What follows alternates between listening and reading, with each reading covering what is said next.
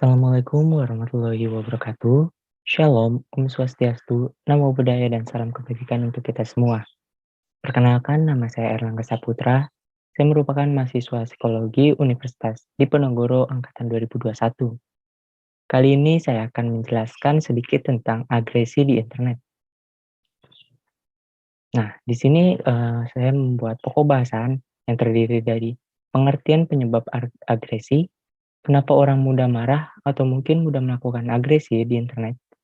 Kemudian ada macam-macam bentuk agresi, kekhasan agresi di internet, kontrol diri, contoh agresi di internet, dan strategi mengurangi agresi di internet. Oke, untuk pengertiannya sendiri, menurut Kamus Besar Bahasa Indonesia, dalam artian psikologi, agresi adalah perasaan marah atau tindakan kasar akibat kekecewaan atau kegagalan dalam mencapai pemuasan atau tujuan yang dapat diarahkan kepada orang atau benda.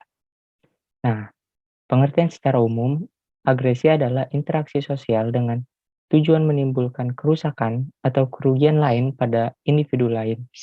Agresi adalah upaya untuk mencelakakan orang lain, baik secara langsung maupun tidak langsung, verbal maupun non-verbal, terhadap orang lain dengan unsur kesengajaan agar tujuan yang diinginkan bisa tercapai yang dapat merusak orang lain baik fisik maupun psikis. Nah, selanjutnya ada agresi menurut para ahli. Menurut Robert A. Baron, agresi adalah tingkah laku individu yang ditujukan untuk melukai atau mencelakakan individu lain yang tidak menginginkan datangnya tingkah laku tersebut.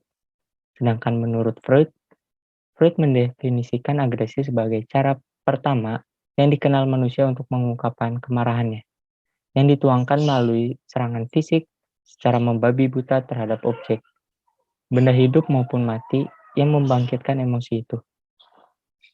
Sedangkan menurut Bass dan Perry, agresi adalah perilaku yang niatnya untuk menyakiti orang lain, baik secara fisik maupun secara psikologis. Nah, jadi pengertian agresi di internet adalah perilaku yang diarahkan pada tujuan untuk menyakiti atau merugikan orang lain yang dilakukan secara tidak langsung melalui media online. Kemudian ada penyebab agresi. Yang pertama adalah perspektif psikoanalisis. Yang kedua adalah perspektif frustasi agresi. Yang ketiga ada perspektif neo-asosianisme kognitif. Yang keempat ada teori pembelajaran sosial. Yang kelima ada model interaksi sosial koersif. Yang keenam ada ambigu dalam komunikasi online. Yang ketujuh ada peristiwa yang tidak menyenangkan. Dan yang kedelapan ada pengaruh biokimia. Nah, kenapa orang mudah marah atau mungkin mudah melakukan agresi di internet? Ada beberapa alasannya. Yang pertama, orang dapat menyamarkan identitas menjadi anonim di internet sehingga mereka bisa mengelak dari tanggung jawab akibat kemarahan mereka. Dan yang kedua ada mereka berada jauh dari target yang menjadi sosok kemarahan. Yang ketiga ada lebih mudah bersikap jahat dalam menulis daripada berbicara. Yang keempat ada karena kolom komentar tidak terjadi secara real time, orang bisa bermonolog dalam sudut pandang yang ekstrim.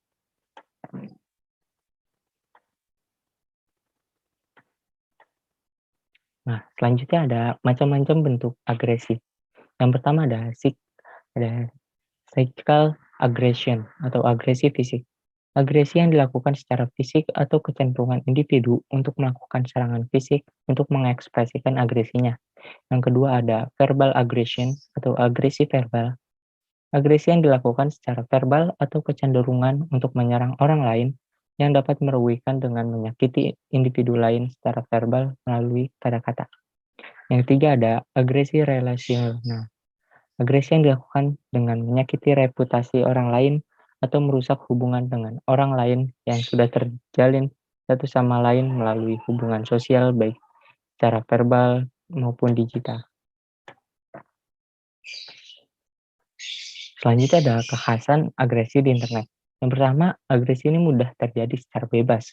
Yang kedua, agresi mudah menyebar luas di berbagai kalangan masyarakat.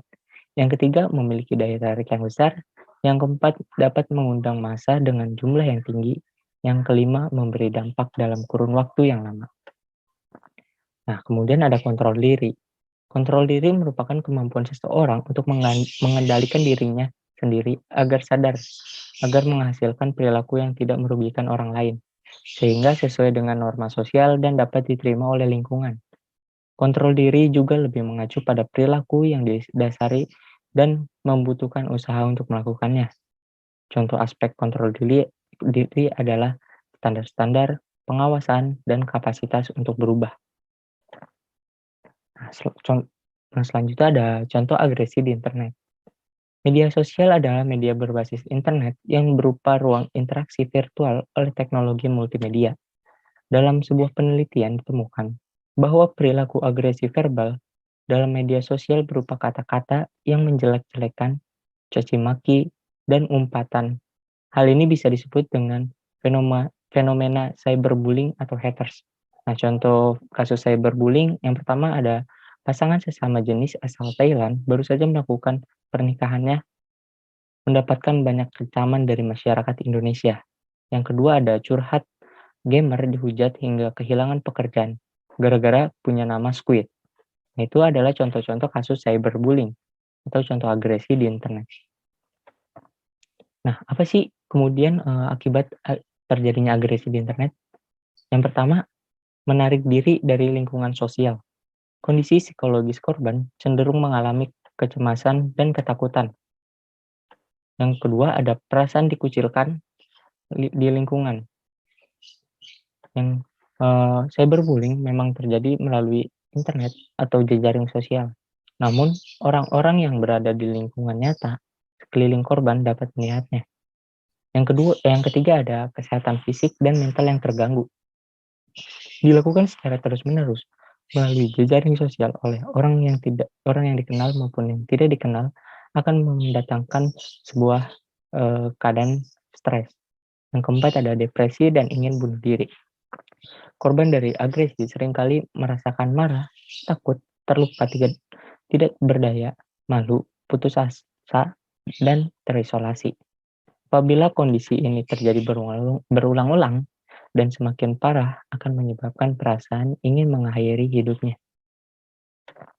Nah, kemudian apa sih strategi untuk mengurangi agresi di internet? Perkembangan teknologi yang semakin pesat mendorong pengguna internet dari media sosial. Kemajuan penggunaan internet memberikan dampak positif bagi keberlangsungan hidup manusia.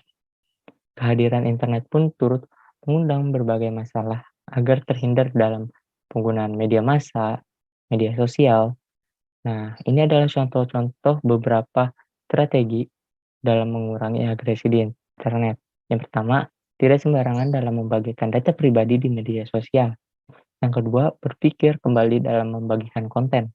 Yang ketiga, berhenti membagikan informasi yang kurang jelas sumbernya atau biasa disebut dengan hoax. Yang keempat, gunakan etika berkomunikasi dalam media sosial. Dan yang kelima, berpikir tenang dan bijak dalam bertindak apabila menemui hal-hal yang negatif. Sekian pembahasan yang dapat saya sampaikan pada pertemuan kali ini tentang agresi internet yang sering kali kita jumpai di kehidupan sehari-hari. Apabila ada pertanyaan atau penjelasan yang kurang jelas, bisa ditanyakan melalui meeting chat. Terima kasih.